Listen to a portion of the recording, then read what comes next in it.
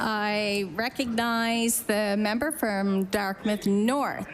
Madam Speaker, my question is for the Minister of Housing. Earlier this summer, the first eviction notices were distributed to tenants of Ocean Breeze, a traditionally affordable housing complex in Dartmouth North that is home to over 1,000 residents. You would think that the sale of such a significant piece of real estate would be of interest to a government that wants to protect affordable housing, but FOIPOP shows no records of correspondence between the department and the new owner, and I can table that.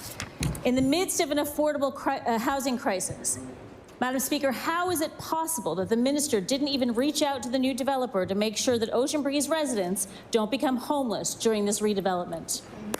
Minister for Municipal Affairs and Housing. So, Madam Speaker, I will say to the member that we have a public-facing part of our department, and our senior staff interact with many different entities, not only developers but not-for-profits, community housing groups, many different groups. But the way this works is they approach us. So if we didn't interact with them, they didn't approach us. That's the reality. So we don't go out and approach groups. They come and they approach us. That's how we do it, and we react to that, and they come to us looking for information on programs or whatever they look. So this is how this takes place, and if we have no record of having communication with them, they didn't ask for communication, and all of our information is readily available online and how to connect with us.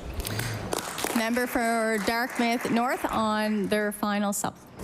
With all due respect, Madam Speaker, a government that is all about action on housing seems to have a strange way of approaching that action when they're waiting for people to come to us, sitting back and waiting.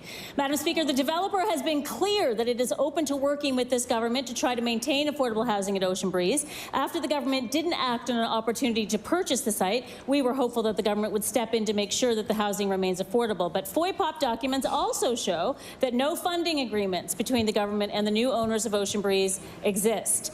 Madam Speaker, excuse me, will the minister make a clear commitment that there will be no net loss of affordable housing due to the redevelopment of Ocean Breeze?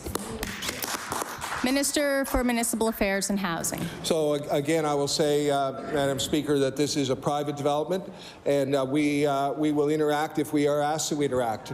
I can tell you that we are spending an unprecedented amount of money to preserve affordable housing, and one of the examples I will give you is the CHAP program, which has gotten national recognition, where we have a community housing acquisition program to enable not-for-profits to purchase, and that has preserved and saved hundreds and hundreds of units. So we continue to work in this space. We put almost $300 million into housing this year. We will continue to do that. We will continue to build up community housing and not-for-profit housing, which is something that the Affordable Housing Commission report identified as very weak in Nova Scotia. And as I've said, we're continuing to do an unprecedented step, a historic step of building public housing units in Nova Scotia.